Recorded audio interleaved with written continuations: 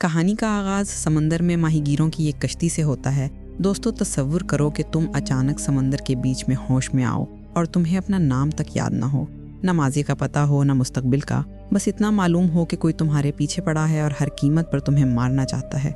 ये है Jason born की कहानी, एक ऐसे शख्स की जो अपनी असली शनाख्त तलाश करने निकलता है और दुनिया की सबसे ताकतवर एजेंसी से टकरा जाता है। वो अपने रोज़मर्रा के सफ़र पर हैं कि अचानक उन्हें पानी में एक लाश नज़र आती है। कश्ती पर मौजूद सब लोग मिलकर उसे बाहर निकालते हैं। उन्हें लगता है कि ये शख्स मर चुका है, लेकिन अचानक इसका हाथ हिलता है। माहीगीर समझ जाते हैं कि ये जिंदा है और फौरन उसे कश्ती के अंदर ले जाते हैं। एक माहीगीर इस शख्स की जैकेट हटाता है तो देखता है कि उसे गोलियां लगी हैं। वो जल्दी से गोलियां निकालता है और इसके जिस्म पर एक अजीब सा निशान दिखता है। जब वो इस निशान को काटता है तो उसमें से एक छोटा सा डिब्बा निकलता है। माहीगीरी से समझ नहीं पाता कि ये क्या है। इस डिब्बे से एक रोशनी निकलती है जो दीवार पर पड़ते ही कुछ हरूफ और एक बैंक का नंबर दिखाती है। माहीगीर इसे लेकर इस शख्स के पास जाने लगता है कि अचानक वो इस पर हमला कर देता है और पूछता है, तुम कौन हो और मैं कहाँ हूँ? माहीगीर जवाब देता है, तुम माहीगीरों की कश्ती पर हो, हमने तुम्हें समंदर से निकाला, तुम्हें गोलियां लगी थीं। फिर वो उसे वो डिब्बा देता है और कहता है, इसमें बैंक का नंबर है, लेकिन ये तुम्हारी कमर के ऊपर क्यों था? इसी दौरान वो शख्स दर्द से कराहने लगता है। माहीगीर उसे तसल्ली देता है कि तुम्हें आराम की ज़रूरत है, मैं तुम्हारा दोस्त हूँ, बताओ तुम्हारा नाम क्या है? वो अजनबी जवाब देता है, मुझे नहीं पता मेरा नाम क्या है, और बेहोश हो जाता है। सीन बदलता है और CIA के हेडक्वार्टर में एक एजेंट अपनी चीफ को बताता है कि इनका मिशन नाकाम हो गया। इधर कश्ती पर वो अजनबी होश में आ चुका है, लेकिन वो मुसलसल ये याद करने की कोशिश कर रहा है कि वो कौन है। वो माहीगीर से कहता है कि मैं 2 हफ्तों से इन नक्शों को देख रहा हूँ, लेकिन कुछ समझ नहीं आता, क्योंकि मुझे पता ही नहीं कि मैं क्या ढूंढ रहा हूँ। कल हम साहिल पर पहुँचेंगे और मैं अपना नाम तक नहीं जानता। माहीगीर उसे कुछ पैसे देता है और कहता है, ये तुम्हें स्विट्ज़रलैंड जाने में मदद करेंगे।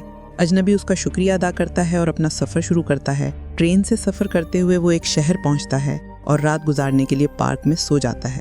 अचानक 2 पुलिस वाले आकर उससे कागजात मांगते हैं। वो कहता है, मेरे सारे कागजात गुम हो गए हैं, यकीन करो मैं सच कह रहा हूँ। पुलिस वाले उसे हाथ उठाने को कहते हैं, लेकिन वो अचानक उन पर हमला करके उन्हें बेहोश कर देता है और वहाँ से भाग जाता है। सीन बदलता है और एक शख्स का इंटरव्यू दिखाया जाता है जिसमें वो CIA पर इल्ज़ाम लगाता है कि उसने उसके ख़ानदान और बच्चों को धमकियां दी हैं और उसके पास इसके सबूत हैं जो वो जल्द मीडिया के सामने लाएगा। CIA का अफसर अपने सीनियर्स को बताता है कि ये अफ्रीका का साबिक सदर है जो इक़्तिदार में होते हुए भी हमारे लिए परेशानी का बायस था और अब इक़्तिदार से हटने के बाद ख़तरा बन चुका है। वो CIA की अफ्रीका में सरगर्मियों पर किताब लिख रहा है जिसमें कई अहम नाम सामने आ सकते हैं। वो हमें ब्लैकमेल करना चाहता है ताकि एजेंसी उसकी मदद करे और उसे दोबारा इक़्तिदार में लाए। एक अफसर पूछता है कि CIA के डायरेक्टर जानना चाहते हैं कि इन बातों में कितनी सच्चाई है। मीटिंग के बाद 2 सीनियर अफसरान आपस में बात करते हैं। एक कहता है, मुझे लगता है कोई उस अफ्रीकी सदर को रास्ते से हटाना चाहता है और कोशिश भी कर चुका है, लेकिन नाकाम रहा। दूसरा जवाब देता है, हाँ, ये ट्रेडस्टोन का हिस्सा है। हमारा अपने एजेंट से राब्ता टूट गया था, लेकिन हम उसे बहाल करने की पूरी कोशिश कर रहे हैं। सीन बदलता है और वो अजनबी एक बैंक पहुंचता है जहां वो अपने लॉकर में रखा सामान चेक करने को कहता है। काउंटर पर मौजूद लड़की उसे अकाउंट नंबर लिखने को कहती है। वो लिफ्ट से ऊपर जाता है जहां एक शख्स उससे हाथ स्कैन करने को कहता है। फिंगरप्रिंट्स मिलने के बाद वो लॉकर तक पहुंचता है। लॉकर में उसे एक पासपोर्ट मिलता है जिससे पता चलता है कि उसका नाम जेसन बोर्न है और वो पेरिस में रहता है। लेकिन जैसे ही वो लॉकर का ऊपरी हिस्सा हटाता है, उसे नीचे पैसे, हथियार और कई मुख्तलिफ पासपोर्ट्स नज़र आते हैं जिन पर उसकी तस्वीर मुख्तलिफ नामों और ममालिक के साथ है। वो हैरान रह जाता है और कुछ समझ नहीं पाता। वो जल्दी से सारा सामान एक बैग में डालता है और काउंटर से पूछता है कि वो आखिरी बार यहाँ कब आया था। जवाब मिलता है, 3 हफ्ते पहले। जेसन वहाँ से फ़ौरन निकल जाता है, लेकिन बैंक में मौजूद एक शख्स उस पर नज़र रखता है और फ़ोन पर किसी को इसकी खबर देता है। जेसन जैसे ही बैंक से बाहर निकलता है, उसे एहसास होता है कि उसका पीछा किया जा रहा है। वो तेज़ी से वहाँ से निकलने की कोशिश करता है। पुलिस उसका ताक़ुब कर रही होती है। उसे करीब ही अमरीकी सफारत खाना नज़र आता है। वो अपना अमरीकी पासपोर्ट दिखाकर अंदर चला जाता है। सफारत खाने की सिक्योरिटी मकामी पुलिस को बाहर ही रोक लेती है। अंदर एक लड़की वीज़े के लिए काउंटर पर बहस कर रही होती है। जेसन को सिक्योरिटी कैमरों से मॉनिटर किया जा रहा होता है। जैसे ही उसे खतरे का एहसास होता है, वो वहाँ से निकलने की कोशिश करता है। एक सिक्योरिटी एहलकार उसे रुकने और हाथ उठाने को कहता है। सफारत खाने में सब लोग डर जाते हैं। जैसन अचानक पुलिस पर हमला करके उन्हें बेहोश कर देता है और वहां से भाग निकलता है। चूंकि मरकजी दरवाजे से निकलना मुमकिन नहीं, वो नक्शे की मदद से बाहर निकलने का रास्ता ढूंढता है और अपनी तरबियत याफ्ता महारतों की बदौलत पुलिस से बच निकलता है। इधर CIA के एक सब ऑफिस में एजेंट अपने बॉस को बताता है कि जेसन को ज्यूरिख में देखा गया है। वो बैंक गया था जहां से हमारे एक आदमी ने खबर दी। दूसरी तरफ जेसन को एक लड़की गाड़ी के पास नजर आती है। वो उससे कहता है, मैंने तुम्हारी बातें अंदर सुनी, तुम्हें पैसों की ज़रूरत है, अगर तुम मुझे पेरिस तक छोड़ दो तो मैं तुम्हें $10,000 दूंगा। लड़की पहले उसे मजाक समझती है लेकिन फिर मान जाती है और दोनों सफ़र पर निकल पड़ते हैं। सीन बदलता है और CIA के सब ऑफिस में बॉस अपने तमाम वसाइल जेसन को ट्रेस करने में लगा देता है और कहता है, सारे शूटर्स को हुक्म दो कि जेसन को ख़त्म कर दें। दुनिया भर में जहाँ जहाँ CIA के एजेंट्स हैं वो हुक्म मिलते ही अपने मिशन पर निकल पड़ते हैं। इधर जेसन और लड़की सफ़र पर हैं। लड़की जेसन से पूछती है पेरिस जाने के लिए $10,000 कौन देता है। जेसन कहता है, अगर तुम सच जानना चाहती हो तो सुनो, पिछले हफ्ते क्या हुआ मुझे कुछ याद नहीं, मैं कौन हूँ, कहाँ जा रहा हूँ, मुझे कुछ पता नहीं। लड़की पूछती है, क्या तुम्हारी याददाश्त चली गई है? जेसन कहता है, हाँ कुछ ऐसा ही है। दूसरी तरफ CIA को CCTV फुटेज में जेसन के साथ वही लड़की नजर आती है। तहकीकात से पता चलता है कि उस लड़की का नाम मेरी हेलेना क्रोथ है, उम्र 26 साल। इसका बाप मर चुका है और माँ के बारे में कोई मालूमात नहीं। ये लड़की हर रोज जगह बदलती रहती है, ना कोई टैक्स रिकॉर्ड है ना क्रेडिट। एजेंसी को उस पर शक होता है। वो पेरिस में दोनों की तस्वीर CIA को भेज देते हैं, जो इन तस्वीर को प्रिंट करके हर जगह लगा देती है। उधर जेसन उस लड़की के साथ अपने घर के पते पर पहुंचता है, जहां हाउसकीपर उसे पहचान लेती है। जेसन अपने कमरे में जाता है ताकि कुछ याद आ सके। वहां उसे एक फ़ोन नज़र आता है। वो फ़ौरन रीडायल करता है तो पता चलता है कि ये पेरिस का होटल रजीना है। जेसन कहता है कि मैं एक शख्स को ढूंढ रहा हूँ जिसका नाम जेसन बर्न है। लड़की बताती है कि इस नाम से कोई एंट्री नहीं। जेसन पूछता है, क्या आप जॉन माइकल केन के बारे में बता सकती हैं? वो बताती है कि 2 हफ्ते पहले मिस्टर केन की हाईवे पर हादसे में मौत हो गई थी और उनके भाई उनका सामान ले गए थे। जेसन पूछता है, क्या उन्होंने कोई नंबर या पता दिया था? इतने में उसे कुछ आहट सुनाई देती है। उसे खतरा महसूस होता है। अचानक खिड़की का शीशा टूटता है और एक कातिल उस पर हमला कर देता है। जेसन अपनी लड़ाई की महारत से उसे गिरा देता है। वो लड़की से कहता है कि कातिल का बैग चेक करो। लड़की बैग देखती है जिसमें जेसन और उसकी ज्यूरिख की तस्वीर होती हैं। वो घबरा जाती है और कातिल से पूछती है, ये तुम्हें कहाँ से मिली? इतने में कातिल खिड़की से कूदकर खुदकुशी कर लेता है। जेसन लड़की को लेकर वहां से निकल जाता है। दूसरी तरफ CIA की एजेंट अपने बॉस को बताती है कि जेसन अपने घर गया था और उसने कातिल को मार दिया। बॉस गुस्से में आता है और जेसन पर नजर रखने का हुक्म देता है। जेसन लड़की से कहता है कि तुम मेरा पासपोर्ट लेकर पुलिस के पास चली जाओ और सब कुछ सच बता दो ताकि खुद को बचा सको, लेकिन लड़की कहती है कि वो इसका साथ देगी। सीन बदलता है और अफ्रीकी साबिक सदर बम्बोसी जॉन माइकल केन की लाश देखने मुर्दा खाने जाता है। वहाँ उसे पता चलता है कि ये लाश केन की नहीं है।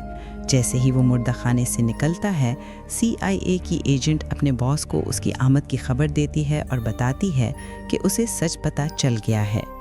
बॉस कातिल को पैगाम भेजता है कि बम्बोसी को उसके घर में गोली मारकर ख़त्म कर दो। इधर जैसन लड़की से कहता है कि होटल जाकर केन का पता लगाओ। लड़की होशियारी से ये काम कर लेती है। दूसरी तरफ CIA का सीनियर अफसर दूसरे से पूछता है, क्या तुमने सुना कि बम्बोसी को उसके घर में कत्ल कर दिया गया? दूसरा जवाब देता है, हाँ, ये हमारे एजेंट जेसन बोर्न का काम है। सीनियर अफसर पूछता है, अब जेसन कहाँ है? दूसरा बताता है, हमारे एजेंट्स जब काम पूरा कर लेते हैं तो वापस आ जाते हैं। जेसन भी जल्द आएगा और फिर हम उसे ख़त्म कर देंगे। सीन बदलता है और जेसन होटल से मिलने वाले फ़ोन नंबरों की फहरिस्त से एक कंपनी तक पहुंचता है। वहां का मैनेजर उसे केन के नाम से पहचानता है और पूछता है, क्या अब आप वो जहाज़ खरीदना चाहते हैं? जेसन वापस आकर लड़की को बताता है, मैं ही कैन हूँ। लड़की कहती है, मैंने अभी सुना कि कैन की मौत हो गई और उसकी लाश मुर्दा खाने में है। अगर तुम कैन हो तो वो कौन है? दोनों मुर्दा खाने पहुँचते हैं और कैन की लाश देखने को कहते हैं, लेकिन स्टाफ कहता है कि हमें इजाज़त नहीं। जेसन उसे पैसे देता है, जिसके बाद वो उन्हें लाश दिखाने ले जाता है, लेकिन वहाँ लाश मौजूद नहीं होती। इतने में इंचार्ज आता है और बताता है कि कैन की लाश उसके भाई कल ले गए थे। जेसन गुस्से में आता है और एंट्री रजिस्टर देखता है तो पता चलता है कि बम्बूसी नामी शख्स कल मुर्दा खाने आया था। जेसन लड़की से कहता है हमें बम्बूसी को ढूंढना है क्योंकि वो कैन को जानता था और वही हमें मालूमात दे सकता है। सीन बदलता है और दोनों बम्बूसी के घर के बाहर खड़े हैं। लड़की एक अखबार लाती है और जेसन से कहती है मुझे ये ज़बान पढ़नी नहीं आती, बताओ इसमें क्या लिखा है। जेसन बताता है इसमें लिखा है कि बम्बूसी का कत्ल हो चुका है। मरने से 3 हफ्ते पहले एक इंटरव्यू में उसने बताया था कि कैन ने उसकी कश्ती पर हमला किया और उसे मारने की कोशिश की, लेकिन मैंने अपने दिफा में उसे गोली मारी और समंदर में फेंक दिया। जेसन कहता है यानी बम्बूसी पर हमला करने वाला मैं ही था। दोनों होटल जा रहे होते हैं कि जेसन टैक्सी को रुकने को कहता है और लड़की को लेकर उतर जाता है। लड़की पूछती है तुम ऐसा क्यों कर रहे हो? जेसन कहता है उन्हें हमारी लोकेशन पता चल गई है, होटल जाना महफूज नहीं। लड़की कहती है ये तुम्हारा वहम है। जेसन करीब खड़ी पुलिस की गाड़ी का शीशा तोड़ता है और उसमें से दोनों की ज़्यूरिख की तस्वीर निकालकर लड़की को दिखाता है। लड़की डर जाती है और कहती है तुम उनके लिए काम करते हो, मुझसे दूर रहो। जेसन उसे समझाता है ये वक्त ठीक नहीं, जिन्होंने बम्बूसी को मारा वो हमारे भी पीछे हैं, हमें एक दूसरे का साथ देना होगा। दूसरी तरफ CIA का सीनियर ऑफिसर कहता है तुमने कहा था जेसन 24 घंटों में वापस आ जाएगा, लेकिन वो सड़कों पर खुलेआम घूम रहा है, अब ट्रेडस्टोन का बजट कैसे पास करवाऊं? दूसरा ऑफिसर कहता है अगर हमने जेसन को खत्म ना किया तो हमें बड़ों के सामने जवाब देना पड़ेगा और हमें सख्त सजा मिलेगी। सीनियर ऑफिसर कहता है जल्द से जल्द इस मसले को हल करो। वो पूरी एजेंसी को लड़की की मालूमात निकालने पर लगा देता है। उधर लड़की अपने भाई के घर पहुंचती है और रात रुकने की इजाज़त मांगती है, जो उसे मिल जाती है। वो नहीं जानती कि CIA उनके पीछे पड़ी है। एजेंसी को जेसन और लड़की की लोकेशन पता चल जाती है और वो कातिल को इनका पता दे देते हैं। अगली सुबह लड़की की बहन अपने कुत्ते को ढूंढती हुई आती है और अपने वालिद से कहती है मैंने हर जगह देखा लेकिन वो कहीं नहीं है। जेसन पूछता है क्या ये अक्सर होता है? लड़की का भाई कहता है वो कुत्ता कभी अपना नाश्ता छोड़कर नहीं जाता। जेसन खतरे को भांप लेता है और सबको फौरन तहखाने में जाने को कहता है। लड़की का भाई कुछ समझ नहीं पाता। जेसन कहता है जो मैं कह रहा हूँ बस वही करो। वो सब तहखाने में चले जाते हैं। लड़की बताती है कि फ़ोन भी काम नहीं कर रहा। जेसन फौरन गोलियां और बंदूकें निकालता है। लड़की पूछती है बाहर कौन है? हमें यहाँ नहीं आना चाहिए था, मेरे भाई के छोटे छोटे बच्चे हैं। जेसन कहता है मैं उन्हें कुछ नहीं होने दूंगा। जेसन अपनी शानदार तरबियत की बदौलत सबसे बेहतर साबित होता है। वो बाहर पड़े पेट्रोल के ड्रम को गोली मारकर उड़ा देता है, जिससे जोरदार धमाका होता है और कातिल का ध्यान हट जाता है। जेसन तेजी से कातिल की तरफ बढ़ता है। कातिल उस पर गोलियां चलाता है, लेकिन जेसन बच निकलता है। कातिल समझ जाता है कि ये कोई आम शिकार नहीं।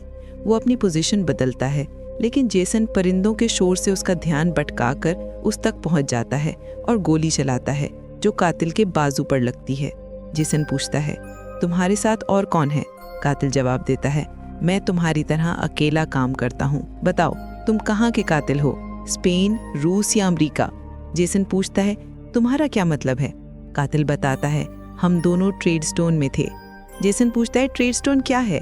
कातिल कहता है क्या तुम्हारे सर में अब भी दर्द होता है? जेसन कहता है हाँ अक्सर होता है। कातिल कहता है देखो वो हमें क्या बना देते हैं, और फिर दम तोड़ देता है। लड़की का भाई अपने बच्चों को लेकर वहां से निकल रहा होता है कि जेसन लड़की को सारी रकम देकर अपने भाई के साथ जाने को कहता है। लड़की इनकार करती है, लेकिन जेसन कहता है वो हमारा पीछा कभी नहीं छोड़ेंगे, तुम ऐसी जगह चली जाओ जहाँ तुम्हें कोई न जानता हो, वहाँ कोई दोस्त मत बनाना और ना ज्यादा बाहर निकलना। लड़की पूछती है और तुम क्या करोगे? जेसन कहता है मैं ये सब खत्म करूंगा। लड़की अपने भाई के साथ चली जाती है। जेसन कातिल के बैग से फोन निकालता है और रीडायल करता है, जो बराह रास्त एजेंसी से मिलता है। एजेंट पूछता है अपना कोड बताओ। जेसन खामोश रहता है। वो समझ जाते हैं कि ये जेसन बोर्न है। जेसन कहता है जिसे तुमने भेजा था वो मर चुका है, अब बोलो तुम कौन हो? एजेंट कहता है तुम क्या कर रहे हो जेसन? तुम्हारे पास 2 ही रास्ते हैं, या तो हमारे हवाले हो जाओ या हम तुम्हें ढूंढ निकालेंगे। जेसन कहता है और मुझे मार डालोगे। एजेंट कहता है इस लड़की से बात क्यों नहीं करते, इससे पूछो वो क्या चाहती है। जेसन जवाब देता है वो लड़की मर चुकी है, और एजेंट से कहता है आज शाम 5 बजे पेरिस के पुल पर अकेला आओ, मैं दोबारा इसी नंबर पर कॉल करूंगा, CIA का अफसर वहां जाने की तैयारी करता है और तमाम एजेंट्स और कातिलों को तैयार रहने को कहता है। उसे लगता है कि वो जीसन को पकड़ लेगा, लेकिन हकीकत में जीसन उस पर नज़र रखे हुए होता है। जीसन हर बार इनसे 10 कदम आगे रहता है। वो देखता है कि अफसर अपनी पूरी टीम लेकर आया है। जीसन फौरन कॉल करता है और कहता है, तुम्हें अकेला आने को कहा था लेकिन तुम नहीं माने, अब मुझे ढूंढते रहो। ये जीसन की चाल थी। वो चुपके से उनकी गाड़ी के पीछे ट्रैकर लगा देता है ताकि इनका पता लगा सके। CIA का अफसर अपनी टीम को सारे सबूत मिटाने और वहां से निकलने को कहता है, जबकि जीसन उनका पीछा कर रहा होता है। अफसर एक गली में पहुंचता है जहां से ट्रेडस्टोन ऑपरेशन चल रहा होता है। वो सारे सबूत खत्म करने का हुक्म देता है। इतने में बाहर खड़ी गाड़ियों के अलार्म बजना शुरू हो जाते हैं। अफसर समझ जाता है कि ये जीसन है। वो अपनी एजेंट से पूछता है, तुम्हारी पिस्तौल कहाँ है? एजेंट बताती है कि फ़ोन काम नहीं कर रहा और कोई सिक्योरिटी तोड़कर खिड़की से अंदर आ रहा है। इतने में जीसन अंदर दाखिल होता है और अफसर पर पिस्तौल तान लेता है। अफसर पूछता है, जीसन ये तुम क्या कर रहे हो? जीसन कहता है, क्या तुम ट्रेडस्टोन हो? अफसर कहता है, ये तुम क्या कह रहे हो? क्या तुम पागल हो गए हो? जीसन पूछता है, मैं कौन हूँ? अफसर बताता है, तुम अमरीकी हुकूमत की मलकियत हो। हुकूमत ने तुम पर $60 बिलियन ज़ाया किए हैं। जीसन कहता है, आज मैं सच जानकर रहूँगा। बताओ मार्से में क्या हुआ था? अफसर कहता है, हमने तुम्हें बम्बूसी को मारने भेजा था। हम जब चाहे जहाँ चाहे किसी को भी मार सकते हैं। ये काम मैं इस लड़की से भी करवा सकता हूँ, लेकिन तुम्हें इसलिए चुना क्योंकि कत्ल ऐसा होना चाहिए था कि लगे उसे इसके अपनों ने मारा, और तुम ये काम बेहतर कर सकते थे। तुमने हमें बम्बूसी के ठिकाने के बारे में बताया था। उसे कब और कैसे मारना है तुमने तय किया था। तुम वहाँ थे जीसन, बम्बूसी की कश्ती पर। तुम कामयाबी से बस एक कदम दूर थे। फिर क्या हुआ? जेसन को अपना माजी याद आने लगता है। उसे याद आता है कि वो बम्बूसी की कश्ती पर उसे मारने ही वाला था कि बम्बूसी के ख़ानदान को देखकर रुक गया। उसका ज़मीर उसे इजाज़त नहीं देता। इतने में बम्बूसी की सिक्योरिटी उस पर हमला कर देती है और उसे गोली लग जाती है। जेसन समंदर में छलांग लगा देता है। अब जेसन को सब याद आ चुका है। वो अफसर से कहता है, तुम CIA से कहोगे कि जेसन बॉर्न मर चुका है। अब मैं सिर्फ अपनी तरफ हूँ। अगर कोई मेरे पीछे आया तो याद रखना, तुम तक पहुँचने में मुझे देर नहीं लगेगी। इतने में अफसर के वायरलेस से एजेंट्स को पता चल जाता है कि जेसन अंदर है। एक आदमी कमरे में दाखिल होता है जिसे जेसन मार देता है। वहाँ मौजूद सिक्योरिटी वालों को ख़त्म करने के बाद जेसन वहाँ से निकल जाता है। जब अफसर बाहर निकलता है तो CIA उसका खेल भी ख़त्म कर चुकी होती है और एक कातिल उसे गोली मारकर हलाक कर देता है। सीन बदलता है और CIA का सरबराह कमेटी को बताता है कि ट्रेडस्टोन एक नाकाम मंसूबा था जिसमें अरबों डॉलर ज़ाया हुए और ये हमारे किसी काम ना आया। इसे बंद किया जा रहा है और इसकी जगह नया मंसूबा शुरू होगा जो हमारे लिए फ़ायदेमंद होगा। कमेटी इसकी मंजूरी दे देती है। फिर हम उस लड़की को देखते हैं जिसे जेसन ने अपने भाई के साथ जाने को कहा था। वो अपना रेस्टोरेंट शुरू कर चुकी है। जेसन उसे ढूंढकर उस तक पहुंच जाता है और दोनों अपनी नई ज़िंदगी शुरू करते हैं। लेकिन अगर तुम्हें लगता है कि कहानी ख़त्म हो गई है तो बिल्कुल नहीं, क्योंकि यहाँ से